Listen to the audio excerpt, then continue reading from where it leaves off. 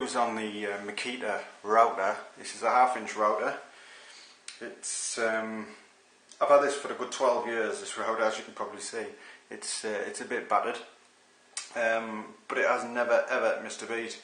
It's one of the only tools I think I've ever owned for this length of time and had absolutely zero problems with. It's used on a daily basis.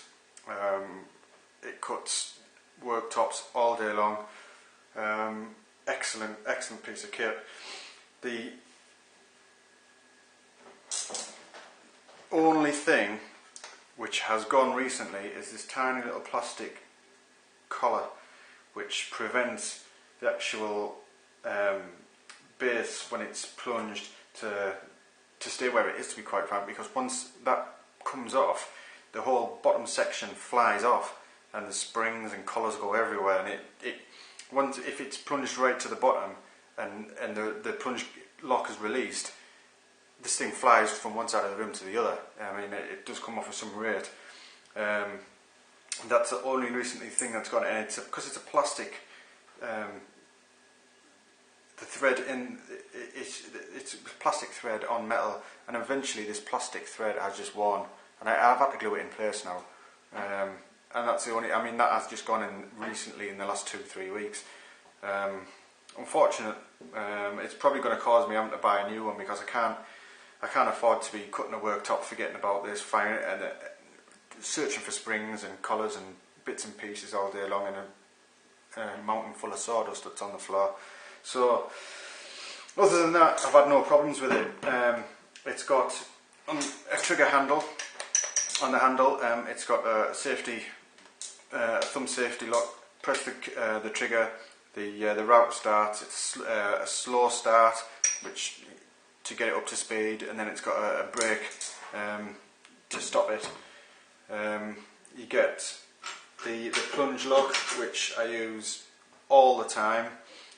Locks it very well. As you can see, it's got a collar in at the moment. Some of the screws are starting to wear, and I mean, over 12 years, the vibration of the device actually causes them to unscrew themselves. I've got to keep aware of that. The plunge stop spins round. You can set this to any way you want. Obviously, this will screw down and hit this plunge depth stop. I never use it, to be quite honest. I just use the plunge lock. That does what I wanted to do.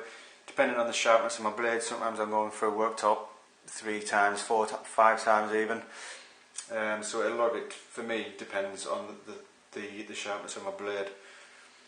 I think I paid about £350, £360, something like this for this.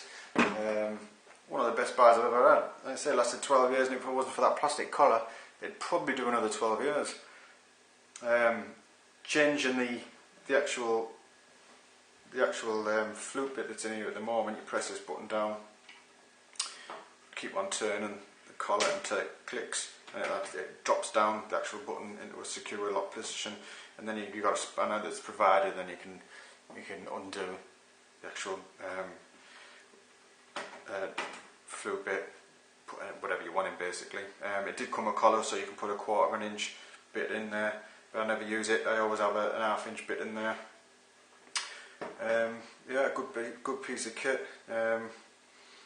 It did come with a case originally, but after 12 years it got battered and bruised and broke. So at the moment it's in a strong works bag that goes into the back of the van with a lot of the side sawdust, and it also has a spanner and a few other spare router bits.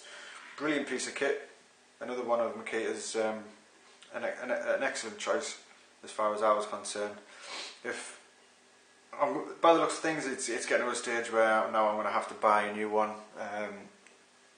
If this is still around, which I presume it is, without a doubt I will buy another one of these and not even look at anywhere else. I know I've had such a good quality build, not a problem with it, so I wouldn't hesitate to buy it again, and without even looking around for something different.